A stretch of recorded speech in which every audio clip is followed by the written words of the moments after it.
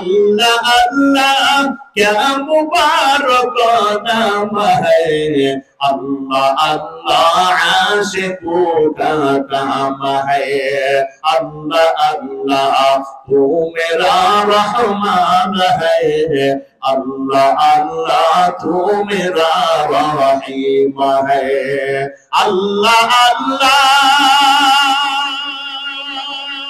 तू मेरा माबूद है, अल्लाह अल्लाह तू मेरा माशूक है। अल्लाहु আকবার। মুসলমান ভাই, আজকের এই মাহফিলটা আপনার জীবনে আমার জীবনের শেষ মাহফিল হতে পারে। বাড়ি পর্যন্ত যাইতে পারবেন এমন গ্যারান্টি কেউ কি দিতে পারবেন? এ মুসলমান যুবকেরা মনে মনে কয় বয়স তো এখনো কম, আজরাইল আসতে মনে হয় অনেক দেরি আছে। না না, তোমাদের মতো অসংখ্য যুবকেরা 2-3 বন্ধু মিলে মোটর সাইকেল নিয়ে মাস্তানি করতে গিয়ে অ্যাক্সিডেন্ট করে মারা পড়ে থাকে। কথা বলেন ঠিক কিনা? কারণ এখনকার সমাজের যুবকেরা হুন্ডা চালায়, ওইটা হুন্ডা না মনে হয় বিমান চালায়। কথা বলেন ঠিক কিনা? আরে রাস্তার পাশ দিয়ে হেঁটে যাইতেও ভয় লাগে, কারণ এখনকার সমাজের যুবকেরা হুন্ডা চালায়, একবার ডানে যায় একবার বামে যায়, আবার ডানে যায় আবার বামে যায়, বাউলি মারে। এই বাউলি মারতে মারতে দেখা যায় অনেক সময় ব্রিজ কেউ সাইড দেয়। কথা বলে না? ব্রিজ কে সাইড দিলে কই যাবে? খাল বিলের ভিতরে চলে যাবে। কথা বলেন ঠিক কিনা? অনেক যুবক যায় গাছের সাথে বাড়ি খায়, তারপরেও লজ্জা হয় না। এই যুবকেরা কথা বলে ঠিক কিনা? আবার অনেক যুবক আছে কানের ভিতরে হেডফোন ঢুকাইয়া গান না শুনলে নাকি মরদের হুন্ডার টানি ওঠে না। আমার যুবক ভাইদেরকে বলতে চাই, রে যুবক, এই যে কানের ভিতরে হেডফোন ঢুকাইছো, গান শুনতেছো আর হুন্ডা চালাইতেছো, কান খুলে শুনে নাও। হঠাৎ করে যদি তোমার হুন্ডাটা অ্যাক্সিডেন্ট করে, রাস্তার ভিতরে যদি তোমার মৃত্যু হয়ে যায়, মুসলমান যুবক, মৃত্যুবরণ করেছো কপাল ভালো, কিন্তু গান শুনতে শুনতে মৃত্যুবরণ করার কারণে কপালটা তোমার খারাপ হয়ে গেল। মৃত্যুবরণ করতে দেরি হবে, আল্লাহর জাহান্নামের ভিতরে যাইতে দেরি হবে না। কথা বলেন ঠিক কিনা? আমার যুবক ভাইদেরকে বলতে চাই, রে যুবক, ইসলামের জন্য যুবকদের দরকার আছে না নাই?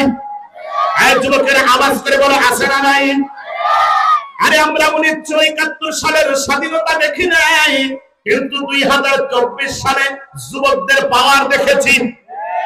এই যে 5ই আগস্টের দিন আমাদের দেশের যুবকেরা, স্কুল কলেজ ইউনিভার্সিটি মাদ্রাসার ছাত্ররা একত্রিত হয়ে ঢাকার জমিনটা ঘেরাও করে এমন জয় নারায়ে তাকবীর আল্লাহু আকবারের উত্তরে দিয়েছিল। আমাদের দেশের ভিতর থেকে খুনি সরকার, জালেম সরকার 45 মিনিটের ভিতরে না খেয়ে পালিয়ে যাইতে বাধ্য হয়েছে। এই যে আওয়াজ করে বলেন ঠিক কিনা? আমার যদি কোন জালেমের আগমন আমাদের দেশের ভিতরে হয়, ভারতের জমিনের ভিতর থেকে এই নাস্তিক সরকার বাংলার জমিনের ভিতরে যদি আসতে চায়, যুবকদেরকে সজাগ থাকতে হবে, কেউ যেন আমাদের দেশের ভিতরে না ঢুকতে পারে। কথা বলেন ঠিক কিনা? লড়াইয়ের ওই ময়দানেতে যেতে তোমাকেই হবে, প্রয়োজনে সব রক্তটুকু জমিনেই ঢেলে দেবে। কথা বলে না? আয় আধা মরা মুসলমানের আওয়াজ করে বলতে হবে ঠিক কিনা? লড়াইয়ের ওই ময়দানেতে যেতে তোমাকেই হবে, প্রয়োজনে সব রক্তটুকু জমিনেই ঢেলে দেবে। তবুও তোমায় লড়তেই হবে, মানিবে না পরাজয়। তবুও তোমায় লড়তেই হবে, মানিবে না পরাজয়। বিপ্লব মানে জীবন দেয়া বসে থাকা নয়, সে কোনদিন আসবে না রে করো যদি হয়। আসবে বিজয় রক্ত আর জীবনের বিনিময়, আসবে বিজয় রক্ত আর জীবনের বিনিময়। বিপ্লব মানে জীবন দেয়া বসে থাকা নয়, সে কোনদিন আসবে না রে করো যদি হয়। কথা বলেন ঠিক কিনা?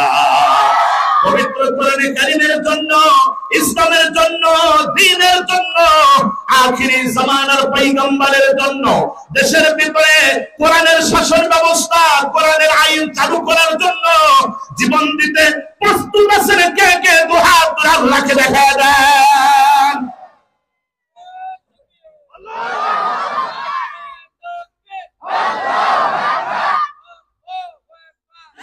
জোরে বলেন আল্লাহু আকবার। আরো জোরে আওয়াজ করে বলেন আল্লাহু আকবার। আমার যুবক ভাইদেরকে বলতে চাই, যুবক, এই মালিয়ানডাঙ্গার যুবকেরা যদি পরিবর্তন হয়, পুরো মালিয়ানডাঙ্গা পরিবর্তন হয়ে যাবে। এই মালিয়ানডাঙ্গার যুবকেরা যদি নামাজি হয়, তাহলে এই মালিয়ানডাঙ্গা এলাকার ভিতরে আর একজনও বেনামাজি থাকবে না।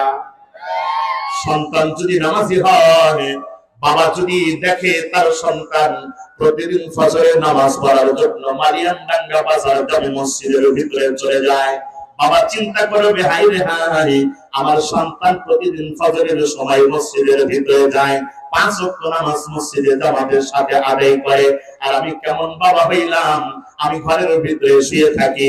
এমনটা হইতে পারে না। দেখবেন বাবা লজ্জিত হয়ে হলেও মসজিদের ভিতরে চলে যাবে। কথা বলেন ঠিক কিনা?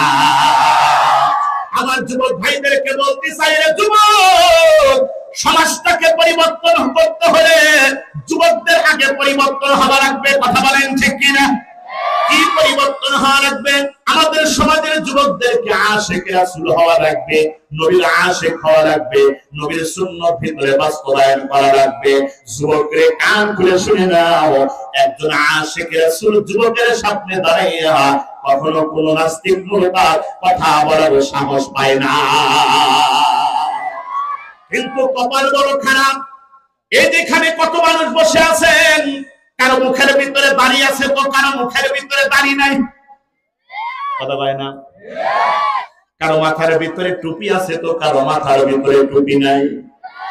কারো 3.5 হাত বডির ভিতরে রাসূলের সুন্নাত আছে তো কারো 3.5 হাত বডির ভিতরে রাসূলের সুন্নাতের গোষ্ঠী পর্যন্ত নাই। কথা বলেন ঠিক কিনা?